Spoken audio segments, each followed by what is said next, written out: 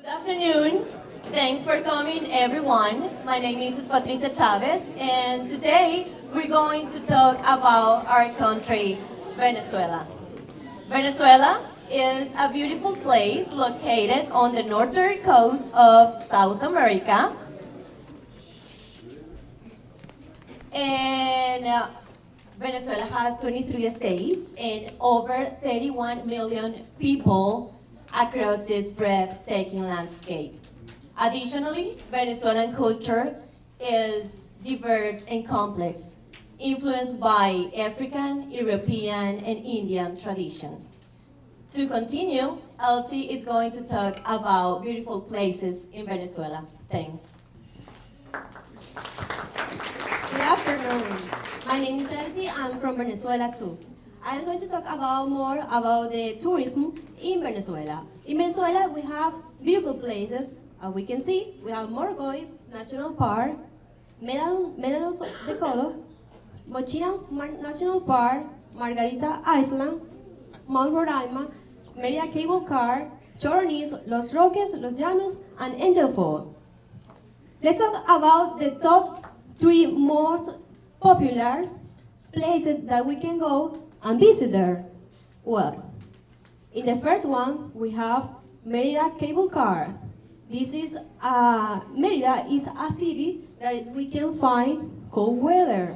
There, we can find the most popular tourist, that is the cable car.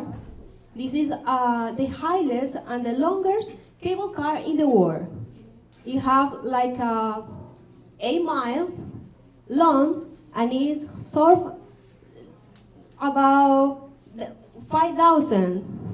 And it have many stages that when you are there, you stop in many stages, and maybe you can go outside, take pictures, talk, and then you continue the train. Well, let's continue with the other. We have Los Roques.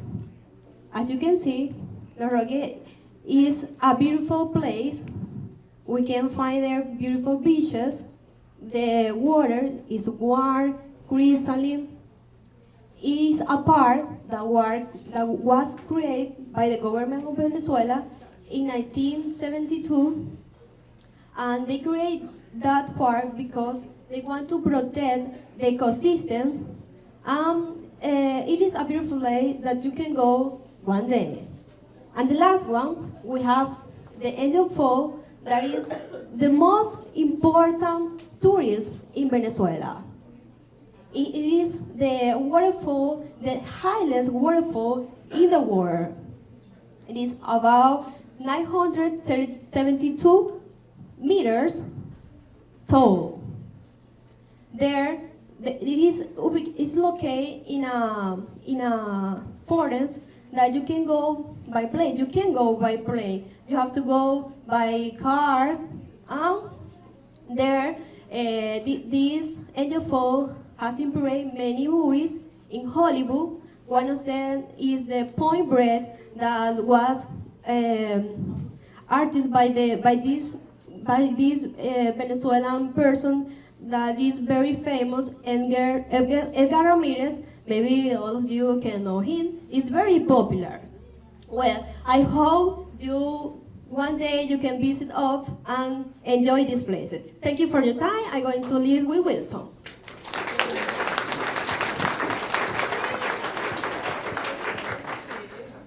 Hi everyone, thank you for your attention.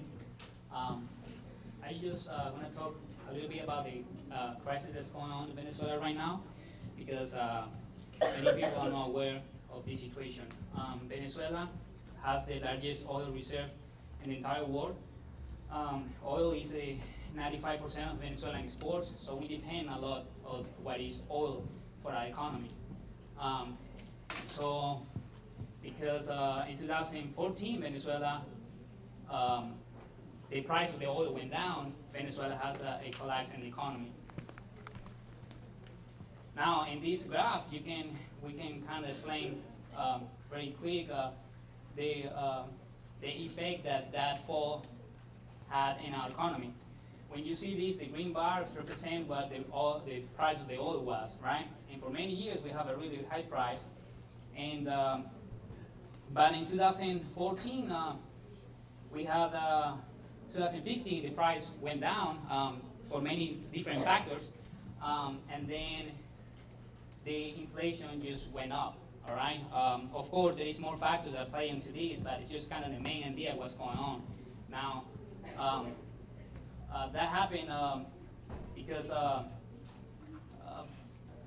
into the inflation and the fall of the economy, the price of the oil was the last fact that brought us to the crisis that we live in right now.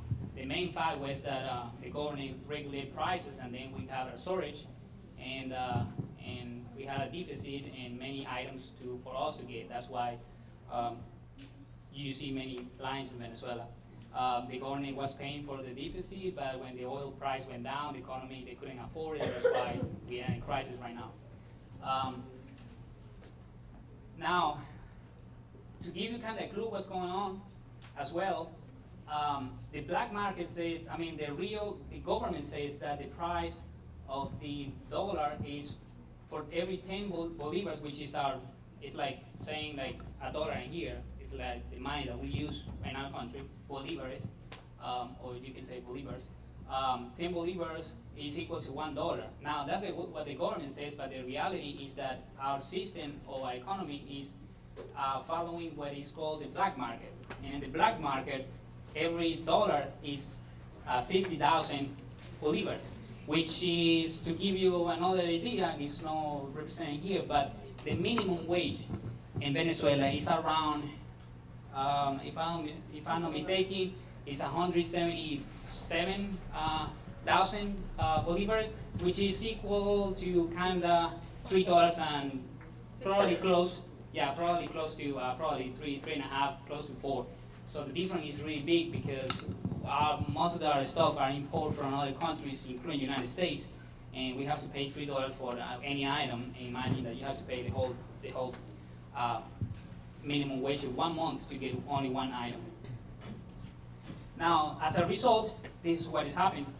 You have a shortage, they have no products, people do lines, have to wait long lines for anything, not only for food, you can call it for medical care, different items, food, you name it, anything, whatever, cars, motorcycle, whatever you wanted, you have to wait on lines.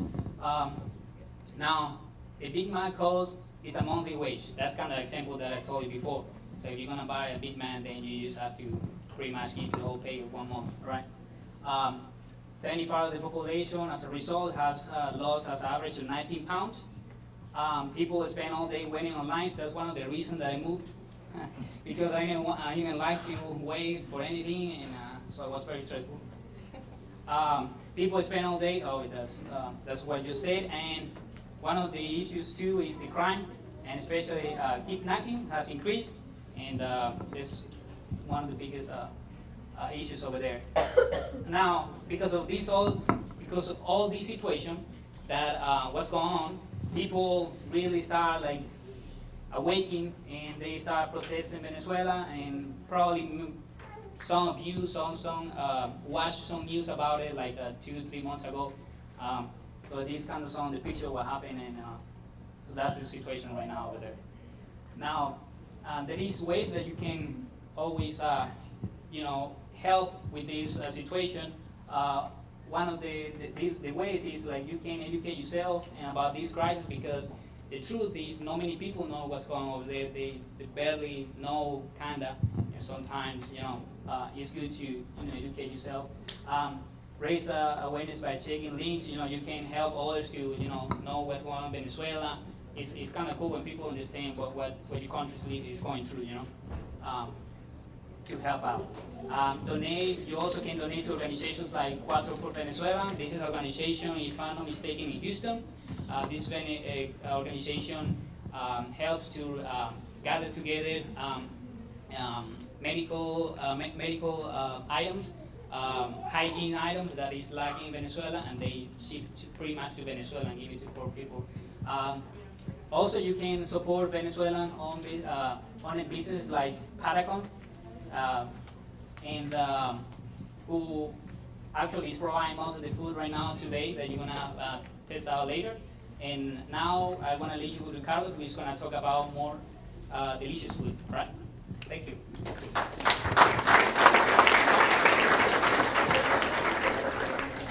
Hi everyone, my name is Ricardo. I'm going to talk about something more relaxing, delicious. First, the pabellon. Pabellon is, for us, the Venezuelan people, our national dish. Why? Because all the state eat it in different ways, but eat it. It is a combination with white rice, shredded meat, black beans, and plantain. Some peoples or some countries, some places include a bread or also a arepa. An arepa. It is, for me, the best of the Venezuela. I love arepas. Arepa is a corn flour meal dish that is made with corn flour, salt, and water. How it looks in the picture. That is filled whatever you want. That is versatile to cook and try to different things, ingredients. Another dish is the cachapas. How I describe the cachapas here is something similar than the pancakes. Pancakes, but with corn, sugar, butter, milk, eggs. And we feel it almost all around the country in Venezuela with cheese, fresh cheese, like here, buffalo cheese, or cotija cheese that Mexico thing. Empanadas, it is similar than arepas, but if you know empanadas chilenas or empanadas gallegas, it is made with the arepas dough and fillet and fryer almost the time. Some people cook it in the oven, but for us is frying. Let's move for the tequeños. Who cannot dream with the tequeños is a mozzarella stick. Almost all the parties and the celebration in Venezuela has tequeños. Tequeño is really important to us because I don't know here like, people love rice. We love the tequeños. It is part of our culture. It is all. And chicha is traditional beverage that is made with rice. Is something similar than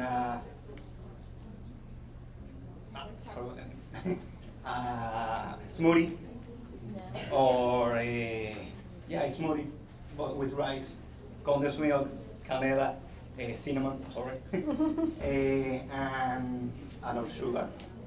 And that's it. Is amazing. It's a beverage that we drink.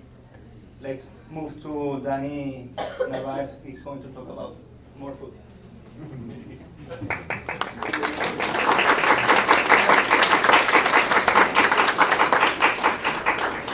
Hello, everyone. I'm from Zulia State. It is located in the west of Venezuela, next to Colombia. And I'm going to talk to you about two different dishes. They are traditional from my state. The first one is patacon, which is made with green plantain. And as you can see, you can fill with meat, lettuce, tomato, and homemade sauce. It's like a hamburger, but with plantain. And the second one is tumba rancho. It's a type of arepa that you have to dip in a mixture and fry. After you fry them, you can open and fill with ham, cheese, salad, meat, whatever you want. And now, Leo is going to talk about dance. Hi, everyone. I will give a brief description about the dancing and music of Venezuela. Venezuela has several types of music, such as tambor, salsa, merengue, and many others. Yeah. But I'm going to talk about the three most typical, which are la gaita zuliana, the guayú dance, and finally el joropo. In the first one, we have the gaita zuliana, which is a music originated in the west of the country, in the Zulia as well. Yeah. The instruments musicals using or playing are the maracas, el cuatro, furruco, and el tambor. Another important dance and music from Venezuela is the guayú dance, who is from the Guajira Peninsula. This dance is characterized by beautiful and colorful dresses, and we can see how a student here wearing one beautiful guayú costume or dress. And finally, we have el joropo, which is the national Venezuela dance. Dance. Okay. And when people perform this dance in a special event, the male dancer have to wear a suit named Liki Liki, and the woman wears a dress. And both of them have to wear special shoes called alpargatas. And finally, I want to invite you all to dance with us a little bit of joropo. Come on, Tanya. Tanya is a sister from Colombia.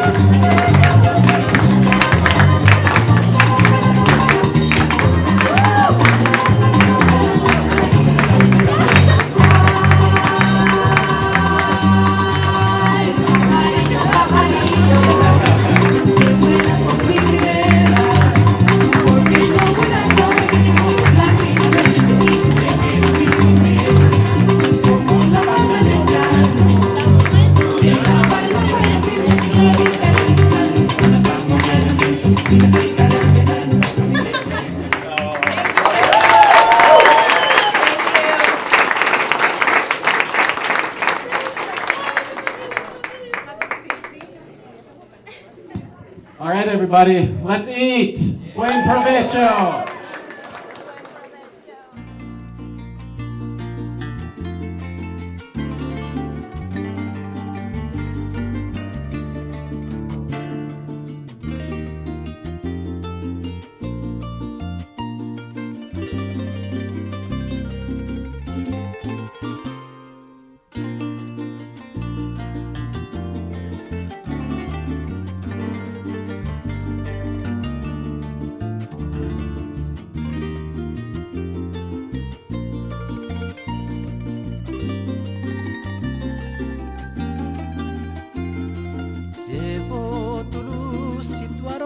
En mi piel y el cuatro en el corazón.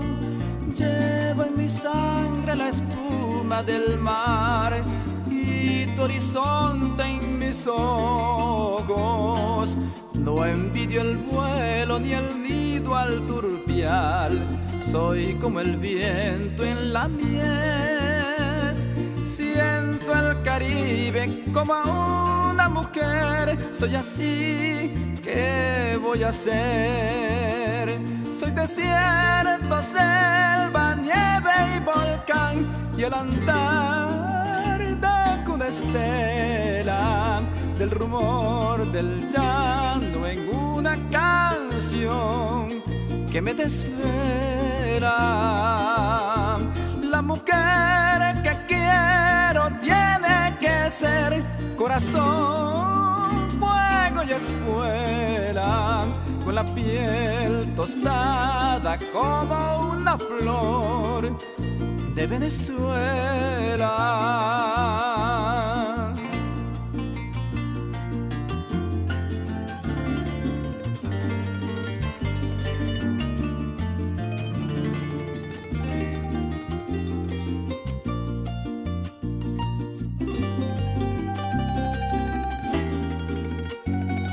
Con tu paisaje y mis sueños me iré por esos mundos de Dios, y tus recuerdos al atardecer me harán más corto el camino. Entre tus playas quedó mi niñez, tendida al viento y al sol, y esa nostalgia que sube a mi voz sin querer se hizo canción. De los montes quiero la inmensidad, y del río la acuarela, y de ti los hijos que sembrarán nuevas estrellas. Y si un día tengo que naufragar y el tifón rompe mis velas, enterrada en mi cuerpo cerca del mar,